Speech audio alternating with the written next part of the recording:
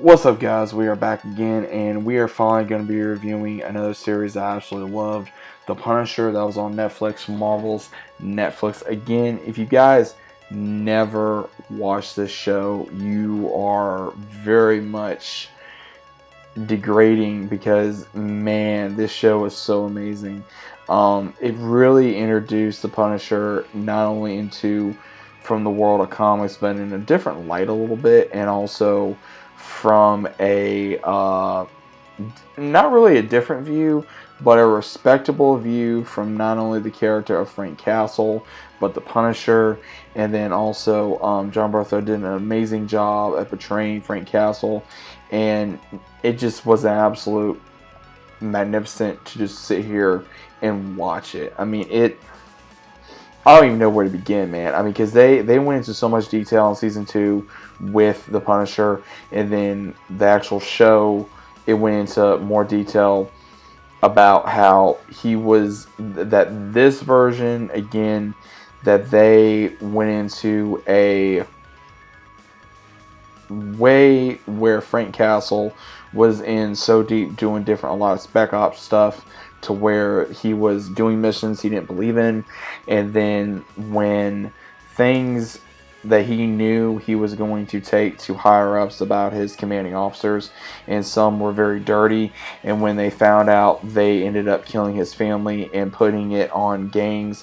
And then once Frank rose to the top to figure out what was going on, he starts going after the ones that were initially responsible of killing his family. And again, this goes into a very deep, crazy story of him from being on the streets to going from hotel to hotel, meeting different people to try to help them, meeting some of his old, military buddies. There's a lot of respect to not only to the military, but there's also respect to the Marines. There's respect to different officers in here. There is a big introduction to Jigsaw. There is a introduction to a few other things in here. So again, there is a lot of different elements that they put into here, and again, there's a lot that they put in season 2 that they put in season 1, even the second season, and even in Punisher season 2. They put so much in here that it got so dark and very dramatic and very crazy that some people didn't like it. I personally love this show. I'm trying to find the right word. It really made the Punisher not just enjoyable, but to the point where so many people was like, okay, when you think of Punisher now, who do you think of? And my first thoughts is John Bertha, because I think he did such an amazing job at showing the pain, the guilt, and the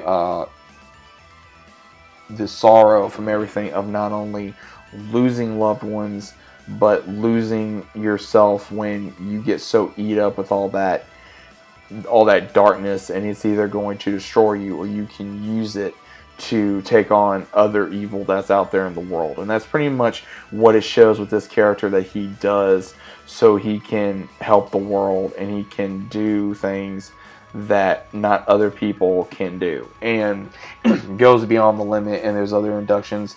Karen from Daredevil shows up in this show. We see a few others that go back and forth, and again, it's really to where it goes into the comics a little bit, and we also get to see a lot of different things from the world of Punisher, to where he doesn't become the Punisher at first, but then later on becomes the Punisher. Like it's in season 2 of Daredevil, he doesn't, and then in season 1 of Punisher, he's like slowly becoming the Punisher, and then he does. So I think this is a very great introduction, even though we only got 2 seasons. It was cut too short, out of my opinion. I wish we would have had more seasons. I think they are going to bring this character back in the light of the movies.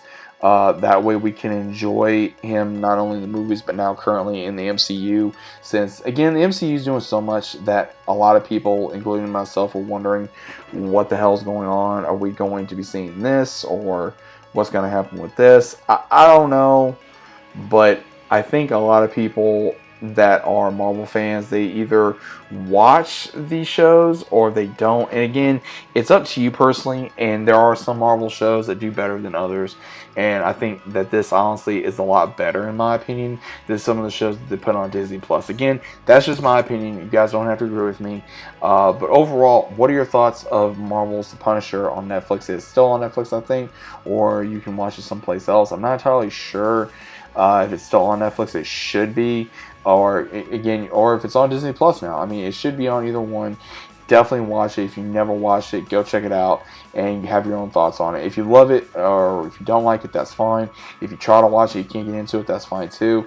But again, we're all Marvel fans at the end of the day. So again, there's going to be characters you're going to be liking. There's going to be characters you dislike. I think that this show, I remember watching this show and I was in a very bad place in my life when I watched this show. And it really brought a lot of joy to see this show come to life and see this character come to life, and I was able to really sit back and try to enjoy and forget about my problems that I was going through at the time and be able to enjoy this show.